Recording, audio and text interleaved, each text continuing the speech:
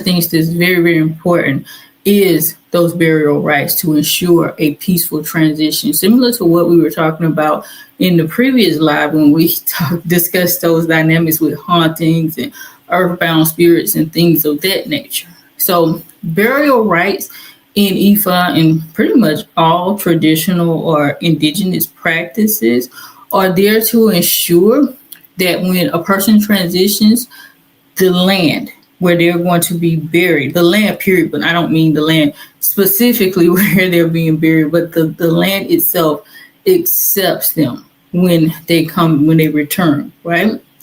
And also that the soul of that person is able to travel to the ancestral realm in a very peaceful way, right? An effective, efficient way as well, not in all kind of craziness and drama and trauma, stress and so forth and so on, right?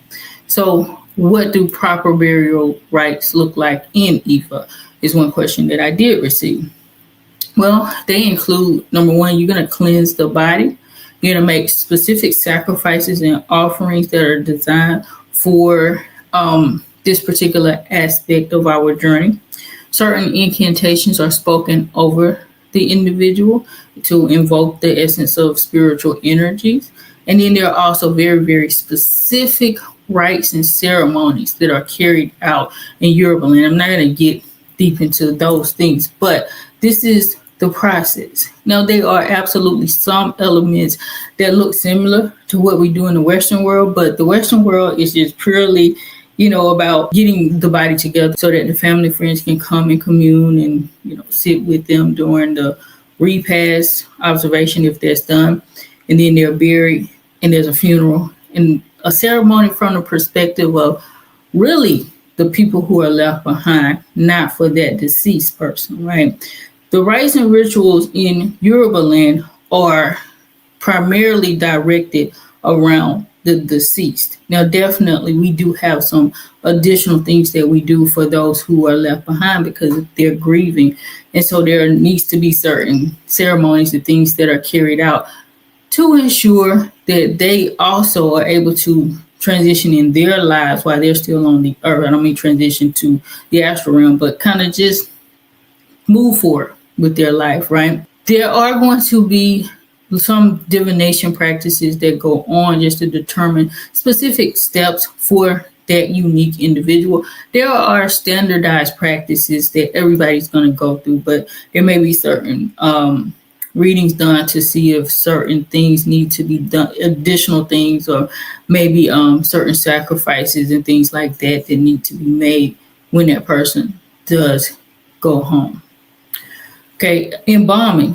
That's not a part of traditional Yoruba practices, right? But it may be that some people do embalming, maybe kind of emulating the Western world, but that's not common. That's not traditional that people are embalmed in Yoruba land. That's the reason why the burials happen so quickly. So a person is just, their physical body is cleaned up. Then they're, wrapped in certain things and certain rituals and rites are done over them. And then they go into the ground. That's why it happens so fast, so that they're not around and they don't, linger. And obviously there's a smell and things like that that comes from a deceased body. That's why we embalm in the Western world. It's just to remove that pungency, that smell or what have you. What is the significance of Etutu, an Etutu ceremony? So the Etutu is part of the burial rites practices. It's basically a cooling ritual that calms down the spirit of the deceased. This is especially important when somebody dies suddenly and they're disoriented to where they are, right? Because that happens as well. And we don't, we want to prevent it for anybody, because even somebody who transitions peacefully, they can still be, they usually are probably disoriented to where they are at some level, maybe not in the same way as somebody who, transitions all of a sudden and they weren't expecting it, right? So it prevents that person's spirit from just staying around, lingering as an earthbound spirit, being confused, being agitated, causing all kinds of problems for the living, as we talked about in the last live stream about the earthbound spirits and hauntings and things like that, because those are realities that happens, right? It also eases the grief for those who are living, establishes that kind of balance between the earthly and the ancestral realms, because again, we definitely want to take care of the deceased to ensure that they are able to get to the next level of their journey in a proper way.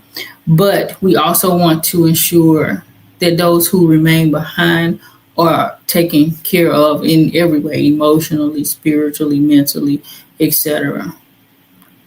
So, how long after death are burial rites and funeral ceremonies usually performed in Yoruba land? So usually that happens right away, very, very quickly. Even so, it doesn't reach 24 hours in many cases. It can be about 6 hours from when somebody transitions to when they clean the person's body up and get them in the ground and people, gather around. It depends on the particular situation, the particular family, right? And then there are also certain situations where you're not going to have such a quick turnaround time, but that is typically the standard.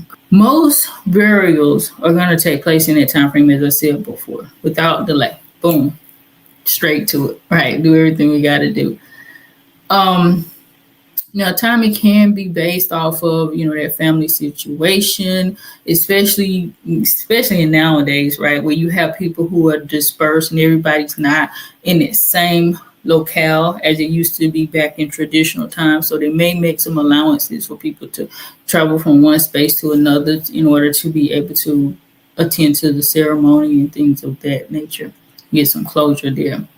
Now, one really special caveat is going to be like people who die in their old age, really, elders of the community, things like that, priests and priestesses of the tradition, or individuals who are really, really high rank, right?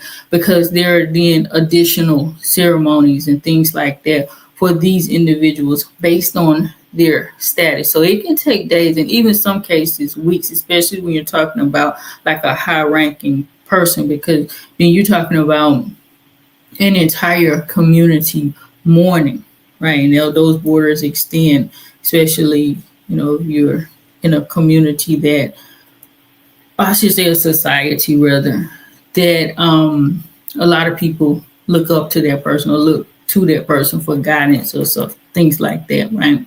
Another question that I received beforehand is, how do burial rites connect to ancestor elevation? Which is a good question, very important question. So this is part of even so ancestor elevation. When we bury them properly, we're ensuring that they have a good transition and that they can elevate and go straight to the ancestral realm without any delays, problems, confusion, things like that. So this is why you want to take care of all of those different dynamics when somebody transitions, especially like the offerings and things like that. You can even start preparing beforehand. I talked to you guys about that before, like you can start to prepare a person to transition well before they even leave the earth, for them to elevate and ensuring that the land accepts their soul or what have you in their body, and then goes straight up to where they need to be.